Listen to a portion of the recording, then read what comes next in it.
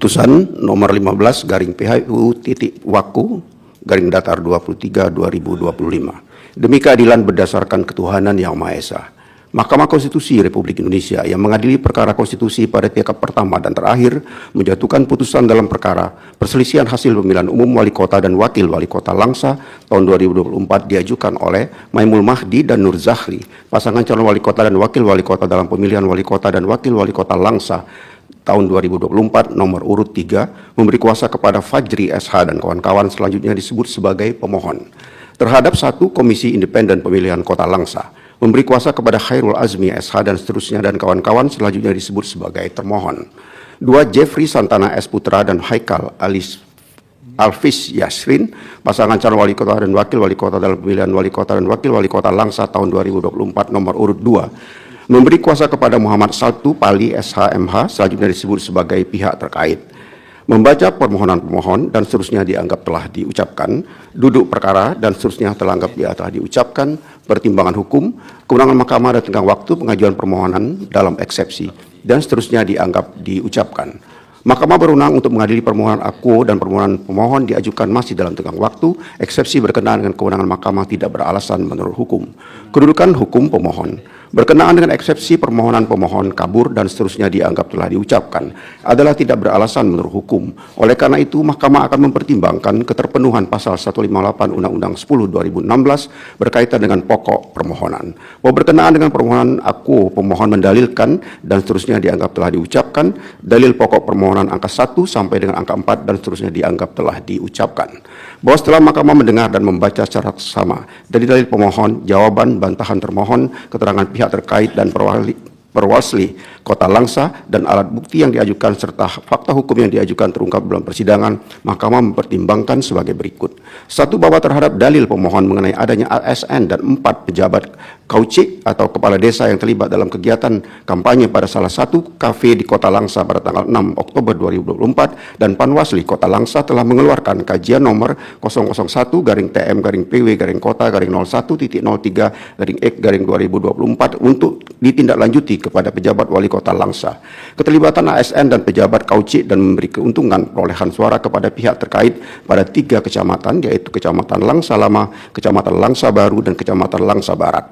Setelah Mahkamah memeriksa dan membaca permohonan pemohon, keterangan pihak terkait, dan keterangan Panwasli, ditemukan fakta bahwa benar terdapat laporan dugaan pelanggaran keterlibatan ASN penjabat kaucik yang telah terdaftar di kajian nomor 01-TM-PW-01.03-2024 dari Panwasli Kota Langsa. Namun telah terdapat pula rekomendasi dari Panwasli Kota Langsa nomor 004-PP.00.1-KT-AC-21-21/19/2024 tanggal 14 Oktober 2024 yang pada pokoknya merekomendasikan menindaklanjuti sesuai dengan aturan dan peraturan perundang-undangan yang berlaku. Terhadap hasil rekomendasi tersebut, Panwasli Kota Langsa telah mengawasi pelaksanaan ketindaklanjut dan telah mendapat informasi bahwa hasil pemeriksaan yang dilakukan oleh tim pertimbangan dan penegakan hukum disiplin PNS Kota Langsa menyimpulkan bahwa tidak ditemukan adanya pelanggaran Undang-Undang ASN dan kode etik yang dilakukan oleh 4 ASN. Sebagaimana tertuang dalam surat nomor 800.1-6038/2024 bertanggal 4 November 2024. Setelah Mahkamah mencermati dan memeriksa bukti akuo, jelas tertulis bahwa terdapat surat yang ditandatangani oleh PJ Wali Kota Langsa dengan nomor surat 800.6038/2024 tertanggal 4 November 2024 yang pada pokoknya menyatakan bahwa tidak ditemukan adanya pelanggaran Undang-Undang ASN dan kode etik yang dilakukan oleh 4 ASN dimaksud. Menurut Mahkamah, hal tersebut sudah cukup membuktikan bahwa tidak terdapat pelanggaran yang dilakukan oleh 4 ASN tersebut. Selain itu, berdasarkan keterangan pihak terkait dan pihak terkait bukanlah petahana yang memiliki kekuasaan atau relasi kuasa yang memiliki akses untuk mempengaruhi, mengarahkan ASN dan menggunakan kekuasaan dimaksud untuk mendapatkan dukungan pemilih. Dengan demikian, berdasarkan uraian pertimbangan hukum tersebut di atas, Mahkamah berpendapat dalil pemohon berkaitan dengan adanya keterlibatan ASN dan pejabat kaucik yang mempengaruhi suara pihak terkait adalah tidak beralasan hukum. 2, bahwa terhadap dalil pemohon mengenai praktik politik uang yang dilakukan oleh pihak terkait secara sistematis melalui pembentukan tim admin pada masing-masing kecamatan di Kota Langsa pada berbagai jenjang, yakni desa dan dusun di kecamatan guna memverifikasi data-data yang dikumpulkan oleh koordinator koordinator di tingkat desa yang kemudian dikumpulkan ke koordinator pada setiap kecamatan dan selanjutnya data tersebut didistribusikan ke admin tingkat kecamatan. Pihak terkait menjanjikan agar pemilih mendapatkan uang pada hari sebelum pencoblosan dan pada hari pencoblosan, yang mana praktik ini menguntungkan pihak terkait di TPS 1 dan TPS 2 Desa Maurendeh, Kecamatan Langsalama. Selain itu terdapat pula tim seks pihak terkait yang tertangkap tangan melakukan politik uang saat masa tenang, dan terdapat pula bukti WhatsApp group yang membahas perencanaan politik uang yang dilakukan oleh pihak terkait. Terhadap hal ini, Mahkamah memeriksa keterangan pihak terkait dan pihak terkait menerangkan bahwa memang benar terdapat grup WhatsApp yang dibentuk dengan tujuan agar terjadi komunikasi yang lebih efektif terhadap pelaksanaan kegiatan tim sukses dalam pemilihan wali kota dan wakil wali kota Langsa tahun 2024. Kegiatan pembuatan tim admin per kecamatan dilakukan dalam rangka guna memverifikasi data-data yang dikumpulkan oleh koordinator-koordinator tim sebagai salah satu metode politik guna memperkenalkan pasangan calon secara pribadi berikut dengan visi misi pasangan calon tersebut, sehingga masyarakat lebih mengenal pasangan calonnya melalui kegiatan yang bersifat sosialisasi dan kampanye dengan aktivitas yang legal dan sah secara hukum, serta memverifikasi data-data yang dikumpulkan oleh tim. Kegiatan ini lazim digunakan dalam proses pemilihan dan lebih dikenal dengan istilah canvassing. Selain itu, berkenaan dengan dalil adanya grup WhatsApp yang membahas mengenai politik uang, pihak terkait menerangkan pemohon tidak pernah melaporkan adanya grup tersebut kepada Panwasli Kota Langsa. Selain itu, pemohon tidak membuktikan perihal politik uang, terutama yang memberikan, menerima, serta kapan dan di mana hal tersebut dilakukan.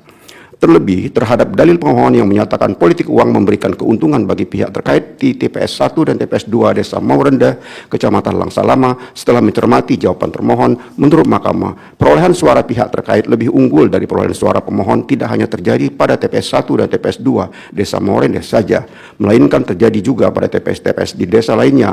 Video jawaban termohon halaman 15 sampai dengan 18. Dengan demikian, berdasarkan uraian pertimbangan hukum di atas, Mahkamah berpendapat dalil pemohon berkaitan dengan praktik politik uang oleh pihak terkait yang dilakukan secara sistematis adalah tidak beralasan menurut hukum. 3. Bahwa berkenaan dengan dalil pemohon perihal pihak terkait melakukan praktik politik uang secara masif hampir di semua kecamatan di Kota Langsa yang mempengaruhi perolehan suara pihak terkait. Perolehan suara pihak terkait yang mendominasi tersebut juga dipengaruhi oleh keterlibatan 4 penjabat kocek yang tersebar di 4 kecamatan, yakni Kecamatan Langsa Baru, Kecamatan Langsa Kota, Kecamatan Langsa Barat. Berkenaan hal tersebut, pelanggaran politik uang telah dilaporkan kepada Panwasli Kota Langsa dengan laporan nomor 02/PL-Kota-01.03/11/2024 tertanggal 25 November 2024. Berkenaan dengan laporan tersebut, pihak terkait menyatakan bahwa pihak terkait bukanlah petahana yang memiliki otoritas untuk melibatkan ASN guna mempengaruhi pemilih. Sementara itu, berdasarkan keterangan Panwasli, benar terdapat laporan dugaan pelanggaran pemilihan tahun 2024 dengan nomor 12/PL-PW-Kota.01.03/11/2024 tertanggal 25 November 2024, bukan laporan dengan nomor 02/PL-PW-Kota.01.03/11/2024. Terhadap laporan tersebut, Panwasli Kota Langsa telah mengeluarkan formulir model A17 tentang status laporan dimaksud pada tanggal 26 November 2024. Panwasli pada intinya menyatakan laporan tersebut dihentikan karena Sentra Gakumdu menilai tidak terdapat alat bukti yang cukup. Dengan demikian, berdasarkan uraian pertimbangan hukum tersebut, maka berpendapat dalil pemohon aku adalah tidak beralasan menurut hukum. Bahwa terhadap dalil pemohon perihal terhadap penegakan hukum yang tidak adil, transparan, dan bertentangan dengan peraturan perundang-undangan dikarenakan terdapat 6 laporan di Panwasli yang dilaporkan oleh pemohon, namun seluruh laporan tersebut dihentikan tanpa adanya alasan yang jelas. Atas ketidakpastian atas laporan-laporan aku, pemohon mengajukan kepada Panwasli Aceh dengan mengubah laporan politik uang dan pelibatan ASN atau penjabat menjadi laporan TSM agar disidangkan secara terbuka. Namun, Panwasli Provinsi Aceh tidak memberikan keputusan apapun. Berdasarkan keterangan Panwasli, memang benar terdapat 6 laporan, namun demikian terdapat alasan yang dipertimbangkan laporan tersebut dihentikan. Terhadap penghentian laporan tersebut, Mahkamah berpendapat bahwa telah terdapat alasan yang cukup untuk menghentikan laporan dimaksud. Menurut Mahkamah, penghentian yang didasarkan pada pertimbangan dalam beberapa bukti yang diajukan Panwasli telah cukup untuk membuktikan proses pendekatan hukum telah sesuai dengan peraturan perundang-undangan. Dengan demikian, berdasarkan uraian pertimbangan hukum tersebut, Mahkamah berpendapat dalil pemohon berkenaan dengan pendekatan hukum yang tidak adil, transparan, dan bertentangan dengan peraturan perundang-undangan adalah tidak beralasan menurut hukum. bahwa berdasarkan seluruh uraian pertimbangan hukum tersebut di atas, Mahkamah tidak mendapatkan keyakinan akan kebenaran terhadap dalil-dalil pokok permohonan tersebut. Oleh karena itu, terhadap permohonan aku tidak terdapat alasan untuk mengesampingkan ketentuan pasal 158 Undang-Undang 10 2016 yang berkaitan dengan kedudukan hukum pemohon dan seterusnya dianggap telah diucapkan. Mahkamah telah meyakini bahwa terhadap tahapan-tahapan pemilihan kepala daerah Kota Langsa tahun 2024 telah dilaksanakan sesuai dengan tahapan dan ketentuan serta terkait permasalahan yang ada telah diselesaikan sesuai dengan ketentuan dan peraturan perundang-undangan. Terlebih, terhadap permohonan aku, Mahkamah tidak menemukan adanya kondisi atau kejadian khusus dan seterusnya dianggap telah diucapkan. Perbedaan perolehan suara antara pihak terkait dan pemohon adalah 31.916 suara dikurangi 20.591 suara sama dengan 11.325 suara, setara dengan 14,30% sehingga lebih dari 1.577 suara. Menimbang bahwa berdasarkan pertimbangan hukum di atas, pemohon tidak memiliki kedudukan hukum untuk mengajukan permohonan aku. Dengan demikian, eksepsi termohon dan eksepsi pihak terkait bahwa pemohon tidak memiliki kedudukan hukum adalah beralasan menurut hukum dan seterusnya dianggap telah diucapkan. Konklusi, berdasarkan penilaian atas fakta dan hukum sebagaimana diuraikan di atas, Mahkamah berkesimpulan 4.1 dan seterusnya telah dianggap diucapkan. Mengingat Undang-Undang Dasar Negara Republik Indonesia tahun 1945 dan seterusnya dianggap diucapkan, amar putusan mengadili dalam eksepsi 1 mengabulkan eksepsi termohon dan eksepsi pihak terkait mengenai kedudukan hukum pemohon. 2 menurut eksepsi termohon dan eksepsi pihak terkait untuk selain dan selebihnya.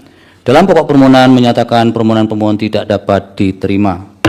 Demikian diputuskan rapat permusyawaratan hakim oleh 9 hakim konstitusi, yaitu nama-nama hakim dianggap diucapkan pada hari Kamis tanggal 30 bulan Januari tahun 2025 yang diucapkan dalam sidang pleno Mahkamah Konstitusi terbuka untuk umum pada hari Selasa tanggal 4 bulan Februari tahun 2025 selesai diucapkan pukul 8:32 waktu Indonesia Barat oleh 9 hakim konstitusi tersebut di atas dengan dibantu oleh Rima Yuwana Justika Ningrum sebagai panitia pengganti serta dihadiri oleh para pihak.